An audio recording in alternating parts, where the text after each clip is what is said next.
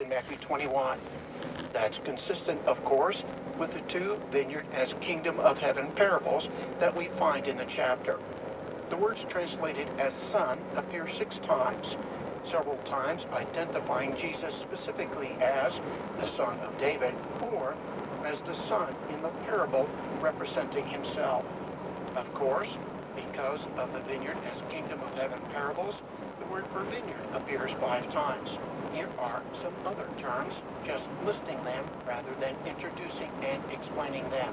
The words translated as answer or reply, the words translated as to send, the words translated as to become, be born, or be created, the word temple, the word fruit, the word Lord, translated as master or the Lord, the word crowd.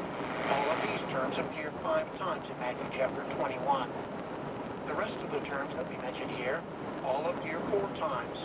The word translated as to believe or trust. The word rendered as authority or power. The word translated as road. The word rendered as prophet. And finally, the word translated as fig tree. A reminder, key word summaries are summaries. They are a quick way to glance at the topics in this or any other chapter. Because they are abbreviated studies, they will rarely provide a complete picture of a given chapter. They offer a window, but certainly not a panoramic view. That larger panoramic view comes as we study the chapter verse by verse and thought by thought. But first, let's outline the chapter.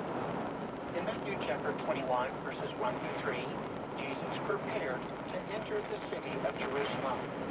At the end of Matthew 20, Jesus healed 2 blind men who cried out to him, saying, "Have mercy on us, O Lord, Son of David." Chapter 20, verse 31. Jesus had compassion on them, touched their eyes, and healed them. And as the chapter ends, those blind men followed him. Chapter 20, verse 34. The very first verse of Matthew 21 opens with these words.